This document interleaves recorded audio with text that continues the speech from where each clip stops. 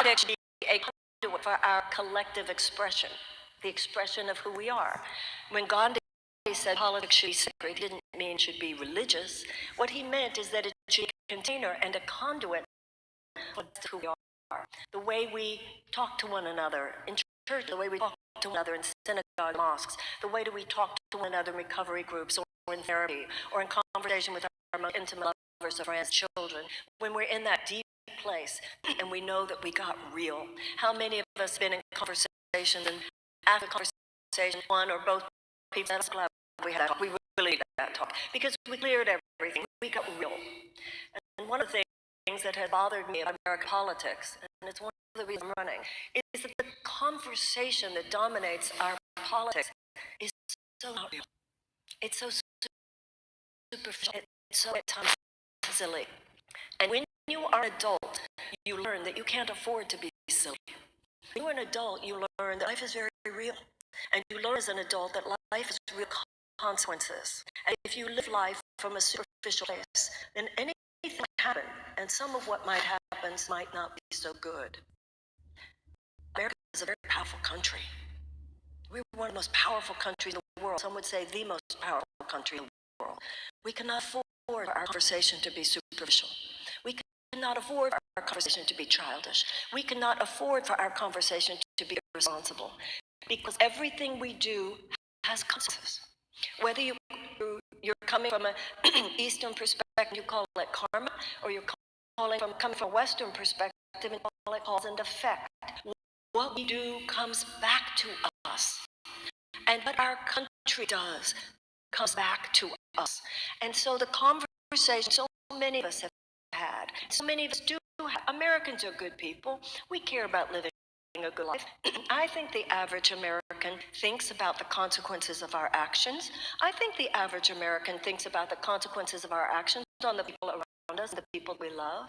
I think average American thinks in terms of what I just said is the ethical thing, whether a decision I make might be the right thing to do.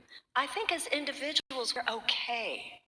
The problem is that something has happened over decades, and with that decade has come a pattern of chronic political disengagement on the part of too many people who not only cannot afford to be disengaged if this country is to survive, but to be honest with you, should have known better. And so all of us, I think, need to take some responsibility for the fact that what has happened in our country in the last 2 years with the agenda, the president's agenda that so many of us disagree with so passionately, I think we need to take responsibility for the fact that in many ways this agenda is like an opportunistic infection. It only got hold of us because the immune system has been so weak. And that's what citizenship is. Citizenship means that each individual cell in this society must play our part. You cannot farm out your conscience. You cannot farm out your wisdom. You cannot just hope that they're handling it. Because I'll tell you something, ladies and gentlemen, they've been handling it. And the way they have been handling it has brought our democracy and possibly even life on earth to a point of peril. Americans are known by peoples all around the world as sometimes slow to wake up.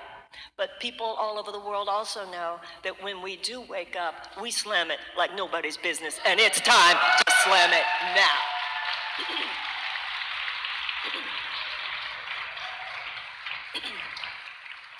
And when I say that it's time to slam it, I do not just mean it's time to elevate the conversation. This is not just about elevating the conversation. This is about elevating America.